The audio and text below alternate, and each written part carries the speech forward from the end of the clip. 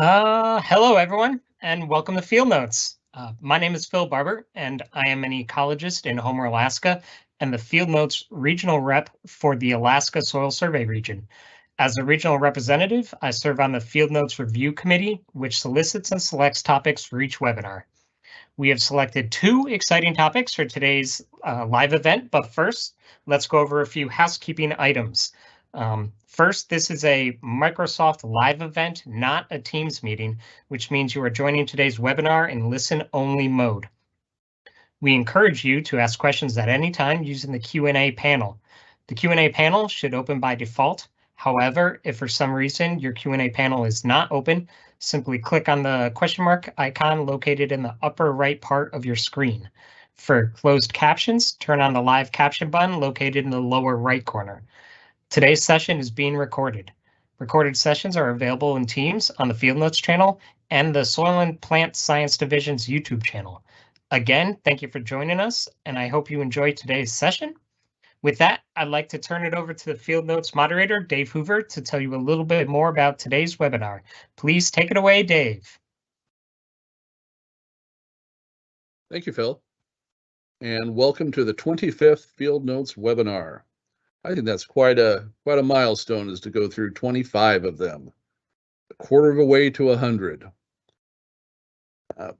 Many of you have participated in last year's and may have gotten a notification, if you're with NRCS, of a federal employee viewpoint survey that is out from the Office of Personnel Management. Two concerns that employees seem to come up with fairly often is that they feel they are not listened to and that they feel that their work is not valued. And I think this webinar series is strong evidence to counteract both of those.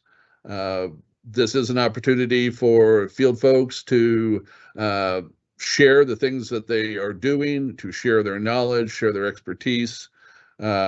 Without them, this would not be a success. There has been discussion about other things that we could be doing this, since we have an audience. Maybe we could be having national leaders talk, and we said no, expressly not, that we wanted to have voices from the field. It's called Field Notes for a reason. So I like the premise that we started on this back in March 9th of 2021.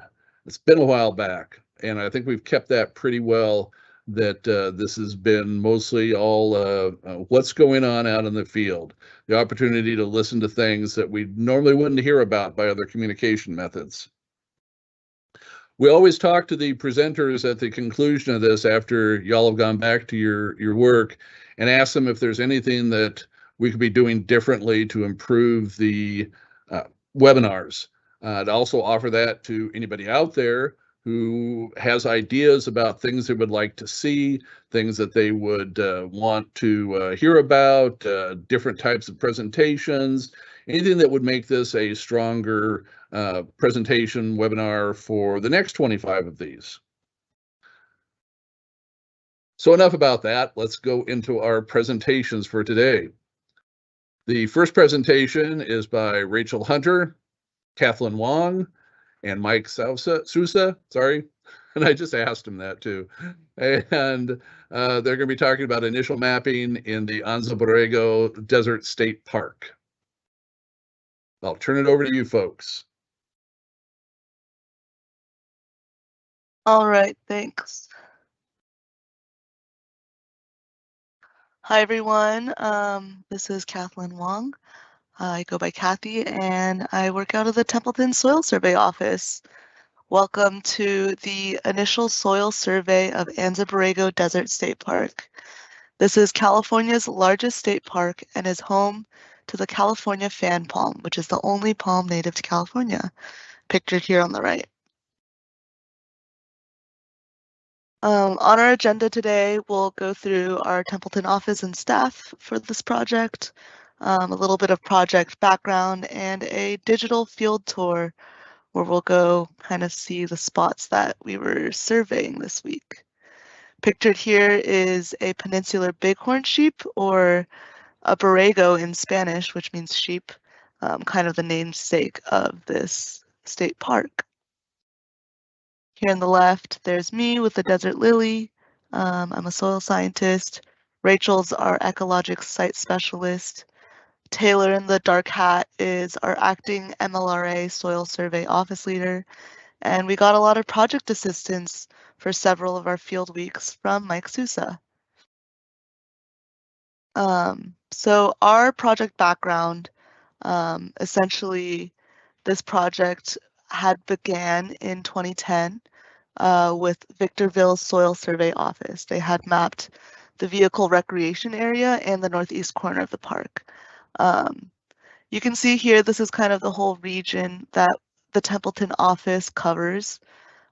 We cover essentially a big portion of the coast of California, and you can see San Francisco kind of at the north edge of that region, and it goes all the way down to the border of Mexico. Anza Borrego is about 6 hours driving from Templeton, and it is just over 500,000 acres. This project is for the Soils 2026 initiative.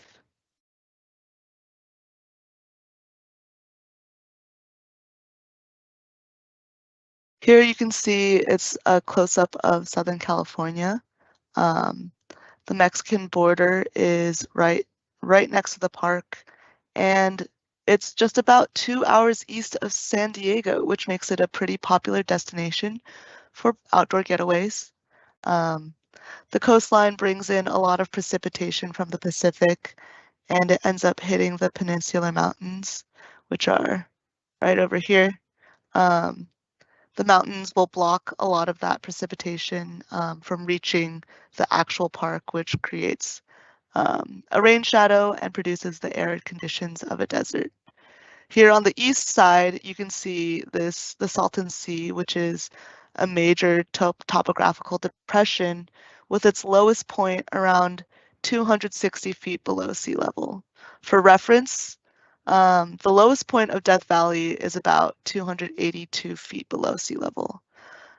So with this, the Salton Sea and the mountains, you end up having a really big range of elevations in the park, from around sea level to over 6,000 feet. This gives way to a big diversity of ecology in the park. If you're familiar with the southwestern deserts, Anza Borrego is in the Colorado Desert and a part of the Greater Sonoran Desert, which extends into Arizona as well as a bit of Mexico. There's some mixed geology, and it's quite complex due to the plate tectonics. There's mixed metamorphic, igneous, and sedimentary lithology, so we have it all. And on average, the summer high temperatures get up to 107 degrees Fahrenheit, and the winter low temperatures on average are around 43 degrees Fahrenheit. The annual rainfall on average is around 5.5 inches, with bimodal winter rains and summer monsoons. But this year in particular was unseasonably wet, which with an impressive 8 inches of rain, which created some unique conditions for our fieldwork. Here you can see a picture of us walking on like a low elevation wash, and because there was a storm event pretty recently, you can see the snow all the way up in the mountains. And with all that rain, it gave greener conditions than what's expected in a desert, and also some very impressive blooms. At this field site, you can see the desert poppy is flowering and taking over essentially the whole hillside, and that's what they generally do. There are even some normally quite dry creeks flowing with a significant amount of water. So that was a great sight to see.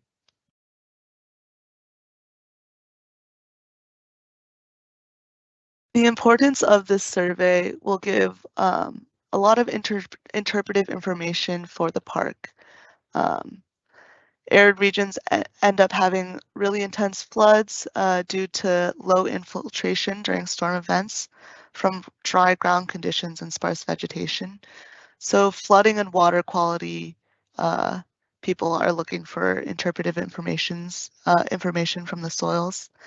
And for example, in 2004, there was a 100-year flood strong enough to take out a bunch of those native fan palms, and that flood tore through the palm oasis area.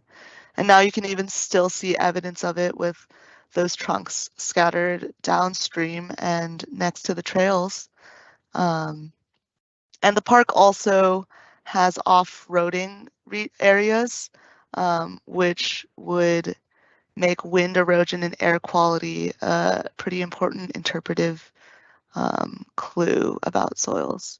So the park can use our soil data and soil maps to make management decisions based on what is there. And that can help with road and trail construction, as well as habitat preservation and vegetation restoration. Overall, the area has a very unique vegetative landscape, and the soils information could be used for various conservation projects or research.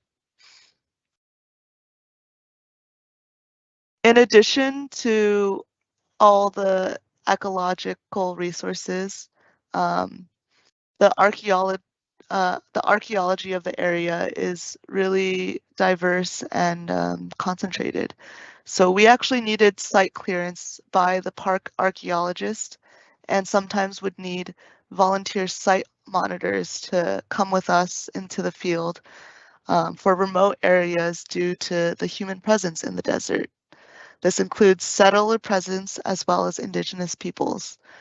The Kumeyaay people were in the southern and central part of the park, while the Kawiya people were in the northern part of the park. You can see on the left photo, some of our retired volunteers were surveying this stone circle. And it's kind of the rock circle was incorporated into the desert pavement, and the desert pavement indicates that that circle had been here for a long duration, where it could be weathered with the rest of the rocks. Generally, archaeology triggers are places with less than 30% slope, or if it was close to known archaeology sites where settler and native peoples were active. And you can see in the photo in the center is a piece of bedrock, rock outcrop, where people had been using the rock as a grinding surface to process plants for food. And these are called morteros. And on the right, the photo, you can see that there's a piece of pottery, like a pot shard, on a fan close by to where the stone circle was. And so there are also paleontology resources, and some of those triggers are places where there's sedimentary lithologies. So in the office, they had an impressive little showcase where you could see the jaw of a prehistoric horse, the skull of a saber-toothed tiger, and a skeleton of a modern mountain lion, as well as a model skeleton of a saber-toothed tiger. And here I'll give it over to Mike to talk about CLHS. Hello, everyone. My name is Mike Sousa. As Cathelyn said, I work out of the Wasilla, Alaska office and was assisting the Templeton office with this survey. I just want to talk a little bit more about the technical aspect of how we decided where we were going to go. So we implemented a conditioned Latin Hypercube sampling strategy in our programming language. It's just a couple lines of code that basically attempt to accurately represent the distributions of whichever variables you feed it with a constrained amount of points. So the points that the variables that we were looking at were mean annual air temperature, geology, and slope. And these are the major soil forming factors in the area. And then we also constricted the model by distance from trail or road, just to make it so it would pick points that were hopefully at least accessible for us. After we ran the model, we manually removed some of the points that involved traversing extremely steep mountains or canyons. And then we created transects and landform point clusters near the generated CLHS points. This model created roughly 200 points total in each half of the park.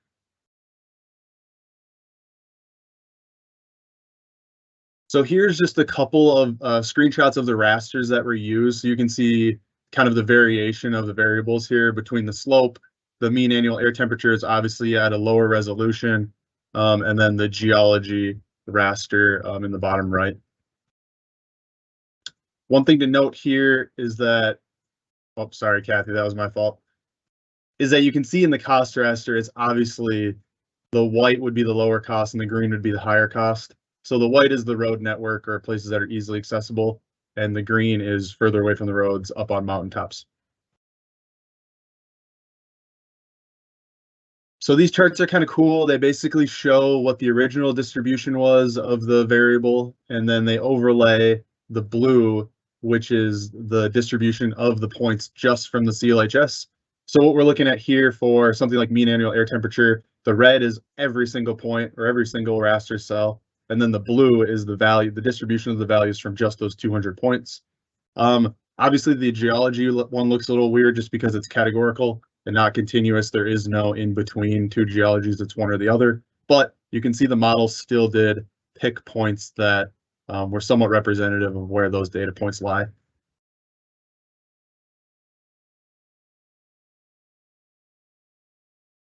This is just a representation of where the points are on top of those same raster layers that I showed before. It's interesting here that although we constrained by a relatively high cost, the model still thought that some of the variability wouldn't be able to be captured without going to these places. So generally in this top right graph, you can see a lot of the points are around road structures or places you can actually drive to, but it still did pick some points that were not accessible for us. A way to fix this maybe would be to increase the cost or the reliance on cost that it's constricting by even more, just to keep you out of those areas. In our application, we just manually removed them.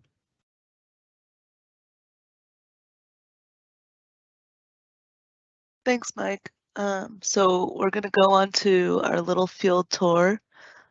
This season, we were surveying the north side of the park, and we'll start with the hyperthermic fans and washes at stop 1. So up here, right here, is around Clark Dry Lake, and this is a large fan extending through the valley, and the lake is at the bottom right corner.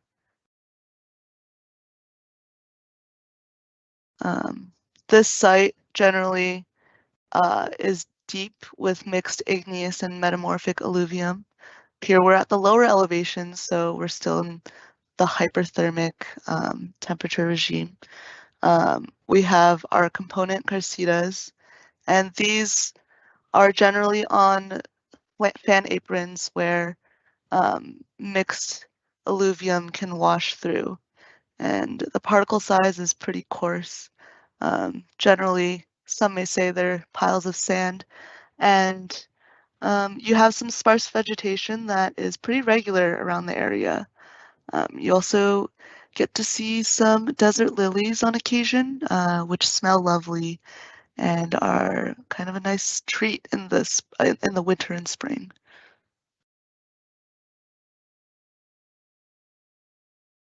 Hello, my name is Rachel Hunter. I'm the Ecological Site Specialist out of Templeton, and here at some of these hyperthermic sites, we've been fortunate enough to see, like Kathy just mentioned, the beautiful desert lily.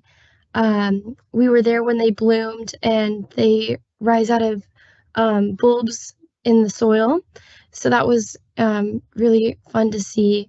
Some other vegetation that is common at these sites includes the pencil cholla on the left. It is one of several cholla that we've seen in the state park. Others include Gander's cholla, golden cholla, and teddy bear cholla. They tend to drop parts of their stem, and we've been unfortunate enough to accidentally have those in our legs. They tend to attach to your shoe, and then you kind of kick them up and they attach to your calf, so it's pretty painful to pull out, but they're common at this site. Another shrub that we see a lot of is creosote. They kind of have a distinct musky odor, especially after it rains, and they're pretty hardy, so they're common. Some other plants that we see in these areas include burrow bush, cheese bush, brittle bush, tuberosa, and catclaw acacia, which is another very spiny shrub. So you kind of just always want to be on the lookout. But they're beautiful to see either way.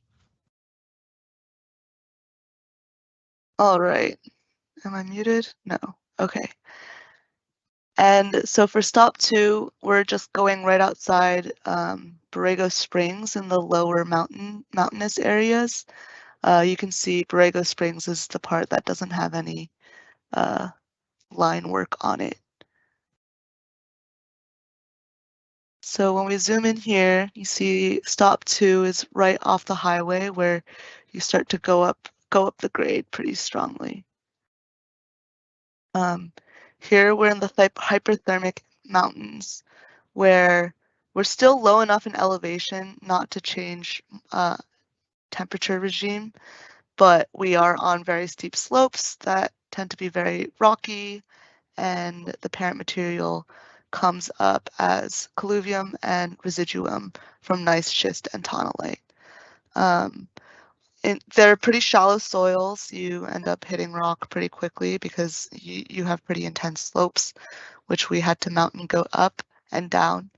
The colors will change based on parent material.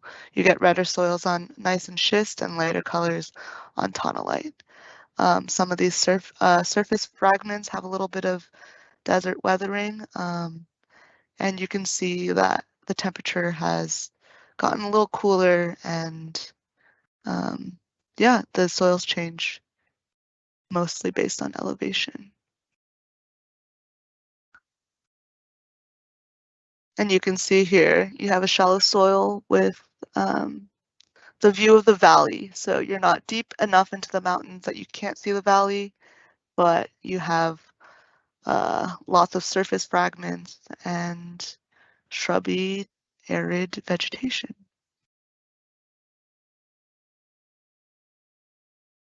So on these steeper rocky slopes, we see some of the vegetation that we saw down in the fans and washes, such as the brittle bush and the creosote. However, we start to see different plants as well. The desert agave is commonly here. They often grow in clusters and shoot up a long stalk with a beautiful bloom before they die away. We also see the ocotillo, which grows really long, spiny stems from a short trunk. On the next slide is a bigger picture of that. They're covered in tiny green leaves and red blooms when there is enough moisture. So it was cool to see those all in bloom when we were down there as well. All right, on to stop 3, which is our Mesic Hills and Mountains. So here we're high enough in elevation. You went all the way up the grade, and now we're deep into Montezuma Valley Road for stop 3. Here we're along this San Diego County boundary, and you can see the elevation is at 1100 to around 1600 meters. And here we find the soils are residuum from tonalite with cooler temperatures and more precipitation. And you get some sandy, deep soils. So here, La Posta is a sandy mixed mesic entic haploxerol. So up here, you actually can accumulate enough organic matter to have a mollisol. You can see in the picture, because you have some more moisture, you have a little bit of cooler temperatures, the soils have a little more time to develop. And in this picture, you can see we're further up into the mountains and the vegetation starts to change a little bit. In the same region, we have Stop 3B, which is a shallow version of what we find in this area.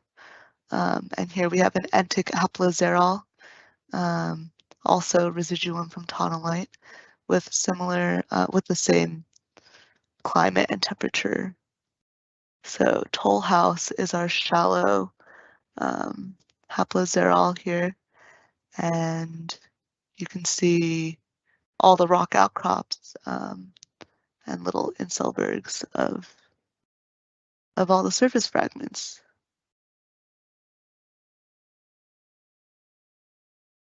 So yeah, as we climb higher in elevation and enter the Mesic regime, we start to see some chaparral species mix in with the desert vegetation. We still get gander's cholla that grows here and some beaver tail cactus, but we also start to see chaparral species like mountain mahogany, scrub oak, and sugar bush and Muller's oak. On the next slide is a close-up, thank you, Mike, of Muller's oak, which is an oak species I had never encountered before. It's native to Southern California and Baja California. And then on the right, we have mountain mahogany, another chaparral species that was common here. And then on the next slide is a closer look at filary and red brome, which are two common species we've seen throughout the park that are non-native and tend to kind of carpet some of the soil, especially at these higher elevation sites. For our final site, we have our hyperthermic red fan remnants. So we go south of Borrego Springs, which is a little town, and you can see on this map, you can see the colors and their fan remnants. So in this area, they're actually loamy skeletal typic haploargids. So we're finding clay films in the desert.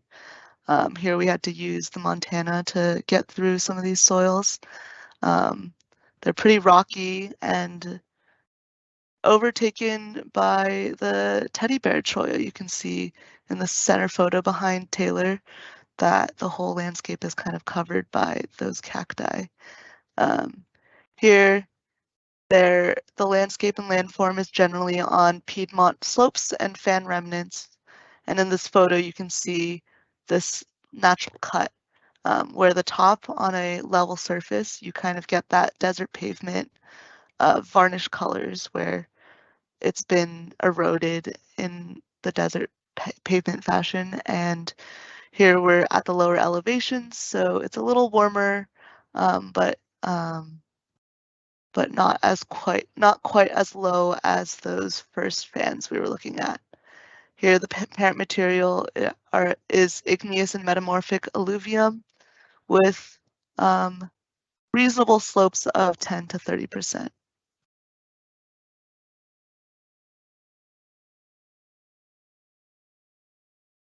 So as Kathy mentioned, there's a lot of teddy bear cholla at these sites, along with other cacti, including the hedgehog cactus, and smaller amounts of fishhook cactus and beaver tail cactus not pictured here. The abundance of teddy bear cholla seems to kind of occur on south-facing slopes. And like I mentioned before, pieces of the stems of teddy bear cholla and other cholla fall off of these cacti and tend to attach to people or animals, and it's a really effective dispersal method for cloning. So they tend to just drop all these stems and then grow clones of themselves nearby. So we got to see a lot of the prevalence of that occurring here. We also saw ocotillo, brittle-bush, and creosote at these sites. As far as ecological site descriptions go for this state park, it was originally included in MLRA 31. However, we'll be using those ESCs instead of MLRA 40, which it's now a part of, because they're more representative of the communities in MLRA 31. So when we start connecting sites, that's what we will use.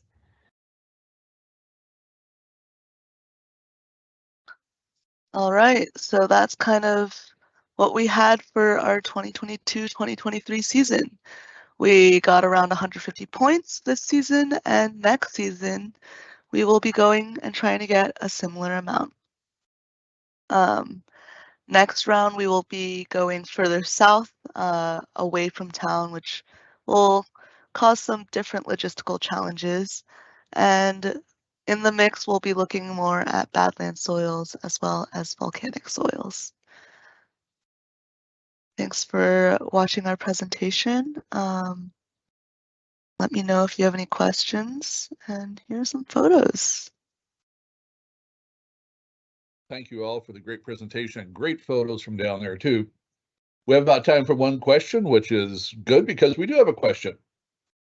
The question is, several of our offices in the Northwest region have utilized CLHS sampling strategies from time to time with mixed success.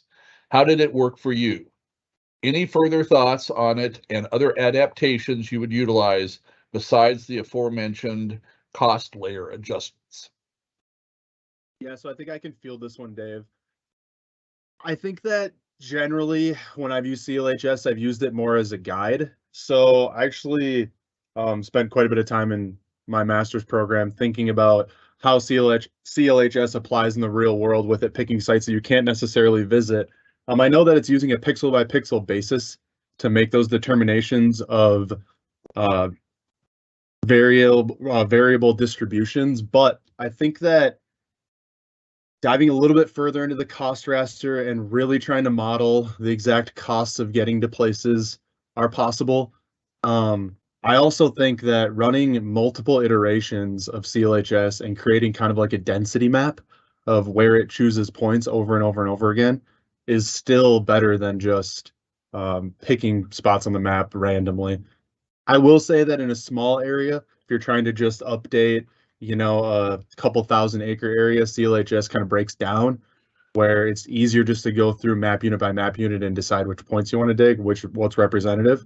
But in larger areas, it can still give you a good starting point at least to know that maybe the eastern side of a 500,000 acre update area is different than the western side, even if they don't necessarily look different to your naked eye. Okay, thank you. In the lower left there, is that a petroglyph, or is that where you drew out what your sampling scheme was going to be? It is a petroglyph. Cool. And quite a few were recorded in that area? Yeah, there are definitely some regions and hiking trails around areas where you can find some. And yeah, we definitely were able to see it, quite a few. For the record, we did not dig anywhere near there. We just went over there because it's a known site just to observe them.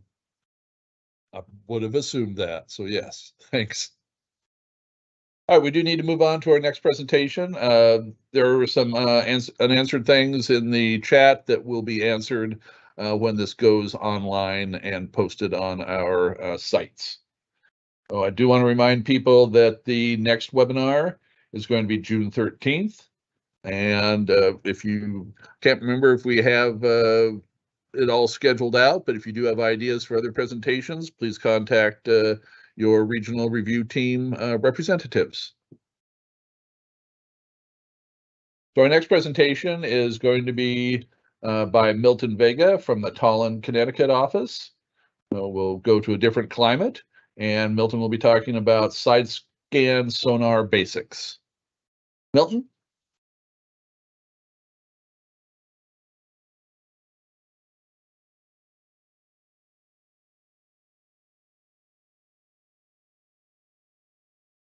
Can we see? Yes, perfectly. Okay. And thank you very much, Dave, for the intro. So good, yeah, good afternoon. Today I'll be talking about like side scan sonar basics. And so today's topics will be like history of the side scan sonar, define what side scan sonar is, and show you some images for data interpretation. So 1916 was when the seed for modern sonar was planted. In the early 1900s, when the ASDIC or ASDIC, the Anti-Submarine Detection Investigation Committee, was created to detect submarines at the end of World War I. So ASDIC was invented by a Canadian physicist called Robert William Boyle.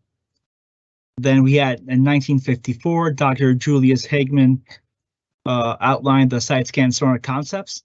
So he was basically the one that made all the plans for how a side scan sonar should work.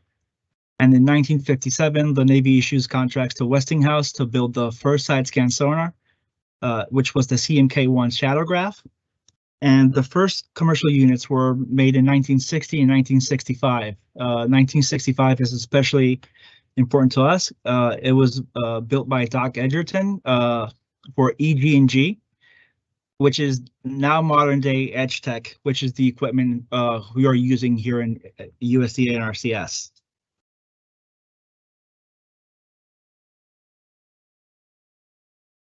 There we go.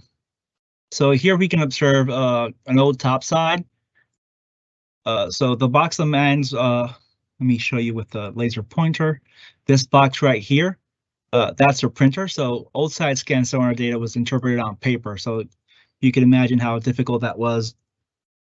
Nowadays we have this equipment, and here, so on the left-hand side, we have the modern side scan sonar fish. And on the right-hand side, we have a topside processor, which would be this, and our laptop computer, which we use to interpret data in the field, which helps us to identify, definitely check this here. And so, and our equipment has the capability of 400 to 900 kilohertz. So the 400 kilohertz has a maximum range of 200 meters.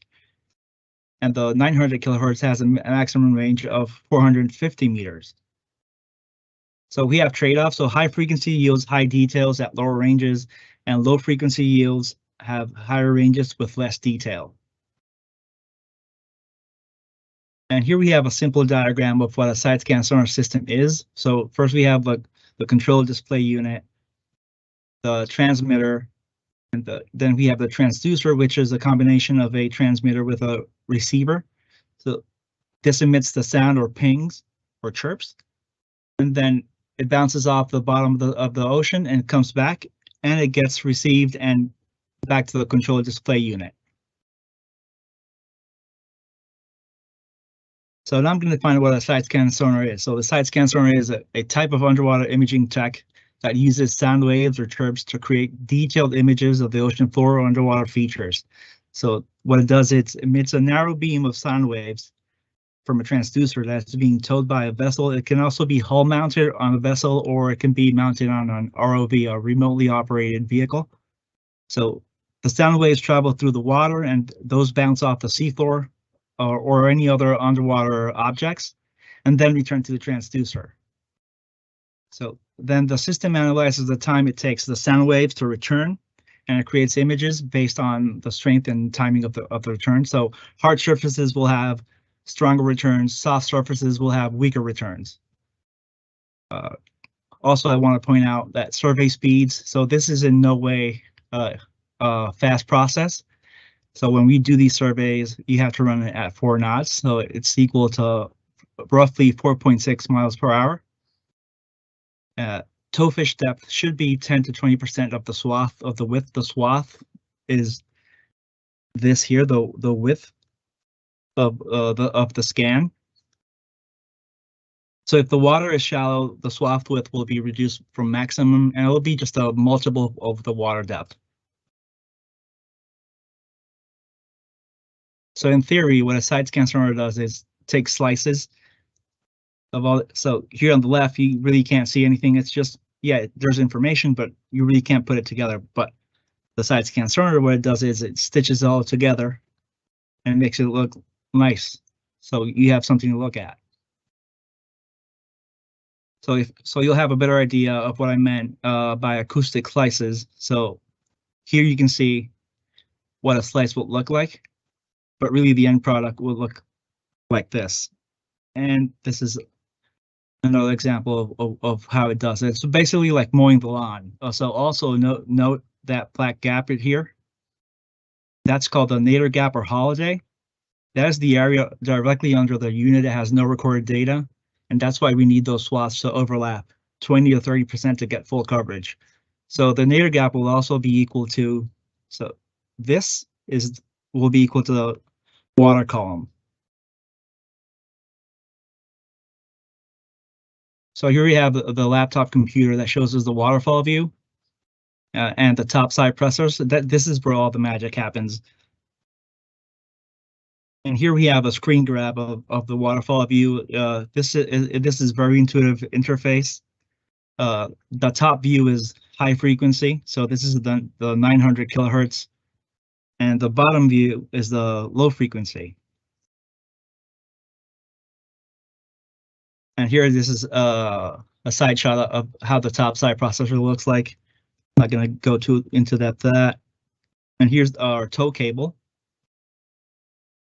And here we have the image of the components of the tow fish. So first we have our tow cable, then we have the Kelm's grip here, the shackle, and the waterproof splice and some ties. So what this does is attaches the tow fish to the vessel and it helps the tow cable not receive any strain so it's basically attached by suction. So you don't really want to, you can't really tow from that.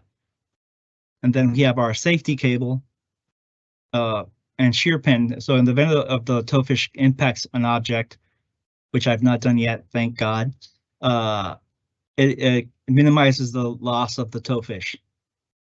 And then we have the transducer, which is this dark gray area here, right under the Edge Tech decal. So I'm going to talk to you about now like side scans show a sonar interpretation. So shadows are very important because they give us some information as to what we're looking at. So here, this is the nadir gap. We have our water column. This line here is the first bottom return. And this is from where our output pulse is coming. So this is where this is the side scan sonar tow fish. And here we have some identified sediments. So this is softer sediments. And when I talk to you about an acoustic shadow, it would be this area here. And this is our one of the targets. So you can see every single target here has shadows behind it. So this tells you the side scan sonar is coming from this side.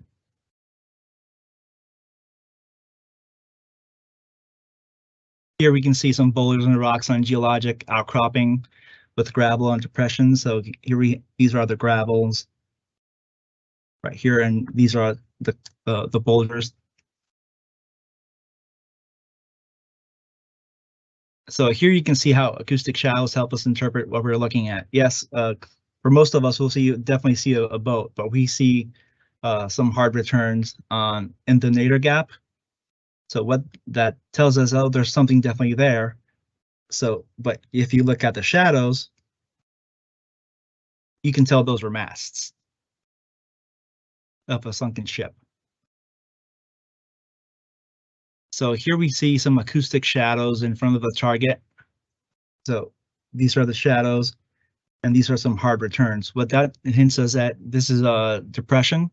And so this blue arrow is telling us from where the direction of the scan is coming. And here's a second example of the depression. Granted, these are not my photos. This is from a training I taken. So I don't have the 500 meter capacity. Here we have separated shadows from a target. So what this means, again, it's something floating in the water. The first one here is a pipeline, and the second one here is a fish. And you can kind of see its little tail back there. And here you see, so we can also use this for some ecological inventory. So here we have some kelp forests. You can see kelps, as we all know, kelps are very large plants. So they're floating within the water column for the side scan sonar. We have some Posidonia areas here and milfoil. Again, all this has to be ground truths, so it's not just running from visually seeing, looking at these. So something else we have to look at is right now is these are going to be examples of movements of the toefish, because all these cause artifacts within the data. So really, side scan sonar requires steady forward motion to create quality imagery. So when the sea stick kicks up, data quality is really reduced. So surveying conditions are preferably to be glassy to less than 1 foot waves. And yeah, stressing on ideal. I really don't get those all the time. So the first one is the yaw movement. So that's basically rotating the vertical axes of the toefish. So this is usually caused by ocean currents. The roll movement is right here. It's like basically like with the bobbin of the vessel, and the roll movement can also be caused by winds. So when the boat is being pushed over to the side by a wind, a strong wind, that can happen there. And the heave movement usually happens with like really big really choppy waters. And the pitch movement right here is what happens when it's caused by it. This is caused by inconsistent surveying speeds, like speeding up and down. So you really want to keep that speed consistent. Really, all these artifacts can be fixed in data post-processing, but it's best to have those ideal conditions to minimize the data post-processing. So here you have how those errors will look, those artifacts will look. The image to the left is the toefish motion for pitch. The image to the right is yaw. And here we have, this artifact happens when the boat driver is turning and the recorder did not turn off the machine. And so I'll be using the equipment to delineate our map units on the Long Island Sound Coastal Zone Soil Survey, which we are collecting around 603 points. So this will help me determine how much boulders, stones in an area. It will help me make out those delineations, and it'll help me determine where we have those soft sediments and those coarser grained materials. So this is a good addition to use with bathymetry, which we are waiting for right now. And as I said before, it can also be used with to determine where eelgrass is and other plants. And thank you very much. If you have any questions, please make them get to me. Thank you, Milton. Great presentation. We'll give folks a minute to put any questions in there. In the meantime, I do have one for you. You mentioned when you were talking about the vegetation down there that you had to do validation of those vegetative types. How are you doing the validation?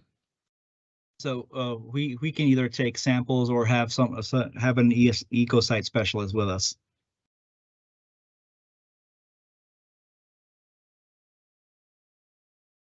And some of them I already know, so I can also do it myself. Understood.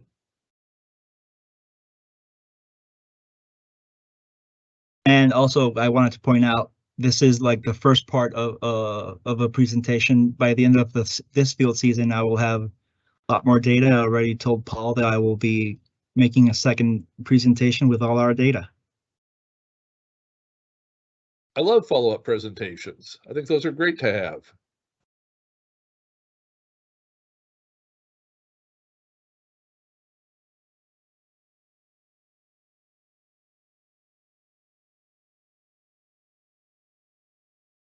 We'll give about another half a minute for folks that are typing rapidly.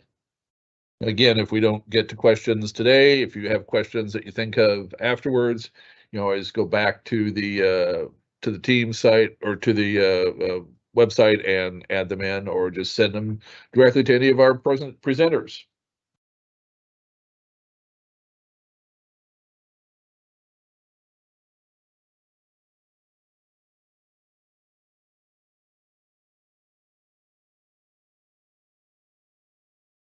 Well, Milton, I'm not seeing any questions coming up. You did a great job of presenting, and thank you.